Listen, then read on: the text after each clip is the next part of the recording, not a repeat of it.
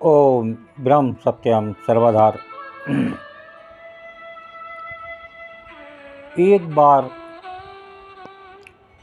उस प्रभु को, प्रभु श्री राम को, वो जबकि आपके हृदय में हर पल बसे हुए हैं, लेकिन आपको बस समर्पण करने की ज़रूरत है। और वो प्रभु आपके हर पल साथ हैं और रोम रोम में वो निवास कर रहे हैं। और हमारे करने से कुछ होने वाला तो है नहीं। हम कितना भी प्रयास कर लें, ये कार्य मैंने किया, मैं इस कार्य में सफल हो गया, तो सफल तो इसलिए नहीं हुआ कि वो सफल प्रभु के हाथ में है। फल इस संसार में किसी के जीव के हाथ में नहीं है।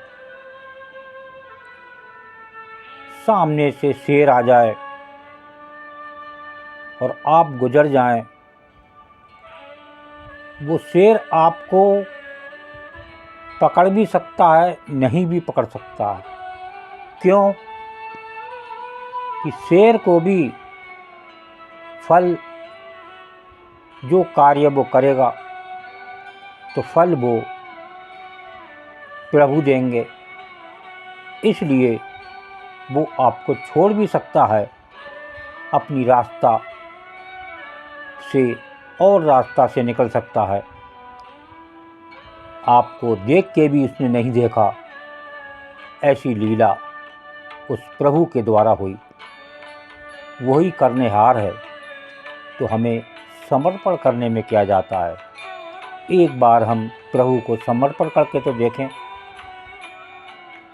सारा खेल को वही खिलाने वाला है, परमात्मा, कोई और खिलाने वाला नहीं है।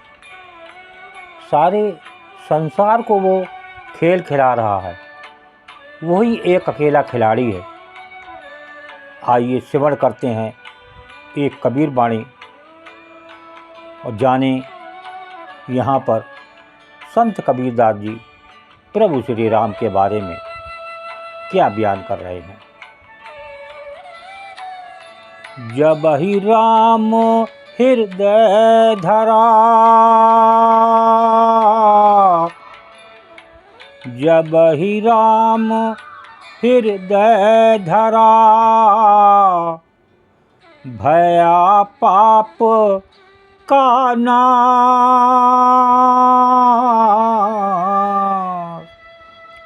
जब ही राम हृदय धरा, भया पाप का नाश। मानो चिन्हगी आग की, मानो चिन्हगी आग की, परी पुराने घास कबीरा, परी पुराने घास। जब ही राम हृदय धरा, भया पाप का नाश। मानो चिन्हगी आग की, परी पुराने घास। बहुत ही अद्भुत वाणी, उत्तम वाणी, सुंदर वाणी। अब देखिए, अभिदास ने प्रभु श्री राम के बारे में बात रखी। बात को समझें, निर्णय खुद लें, लेकिन खुद निर्णय लेंगे ज़रूर, लेकिन उस निर्णय का फल देगा वो प्रभु।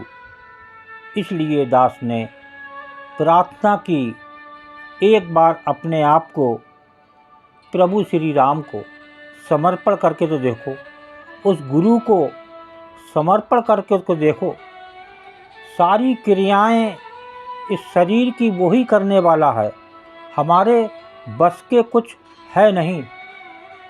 ये देह कब तक रहेगी, कब तक चलेगी, कब इसका समय है, हर चीज़ निश्चित है, वो प्रभु की है। कब ये देह चली जाए और कहाँ जानी है, किस समय जानी है, कौन से शहर में जाएगी, कौन से स्थान पे जाएगी, सारी चीज़ें पहले से निश्चित हैं। लेकिन हम समझते हैं कि हम यहाँ से कहीं और पहाड़ पे चले जाएं तो हम अपनी मृत्यु को बचा लें, तो कोई मृत्यु को बचाने वाला नहीं है। वो परमात्मा ही सर्वोपरि है, वही करेगा तभी कुछ होगा। आपके करने से कुछ नहीं होगा। कभी कभी सुना होगा आपने, 50-50 नींद की गोली खाने के बाद आदमी रात तक उस अस्पताल से वापस आ जाता है और एक 8-10 गोली खाकर अपनी जान गंवा देता है। तो वो फल उस प्रभु के हाथ में है, जो आपकी देह जब तक चलेगी आपके बस की कुछ नहीं है। चलना तय है, ये सब प्रारब्ध के अधीन है। तो यहाँ पर संत कबीरदास जी समझा रहे हैं, जब ही राम हृदय धरा भया पाप का नाश, मानो चिनगी आग की परी पुराने घाट। जब ही राम को हृदय में धारण किया, उसी क्षण सभी पापों का नाश हो गया। कब नाश हुआ पापों का? जब आपने अपने को उस प्रभु श्री राम को समर्पण कर दिया। वो तो आपकी हर समय देख रेख कर ही रहा है, उसी के आश्रय ये देह चल रही है, तो हमें समर्पण करने में कुछ नहीं जाता। आगे बताते हैं, जैसे एक चिंगारी आग की पुरानी घास पर पड़ जाने पर उसे जलाकर भस्म कर देती है।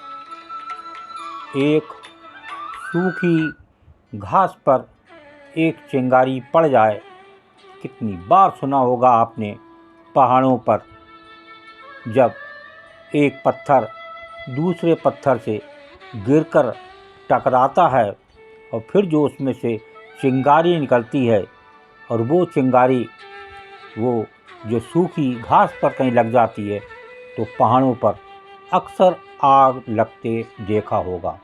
वही बात दास समझाना चाह रहा है। इसको समझें और एक प्रभु के सहारे अपनी गाड़ी को चलाएं। ये गाड़ी में जो करंट है, जो बैटरी है, वो प्रभु की है। वो प्रभु ही चार्ज करता है, और वो जब तक चार्ज रहेगी, जब तक वो प्रभु चाहेगा। जब ये बैटरी आपकी डाउन हो गई तो समझ लीजिए बुलावा आ गया और ये देह आपकी राख होने वाली। ओम ब्रह्म सत्यम सर्वदा।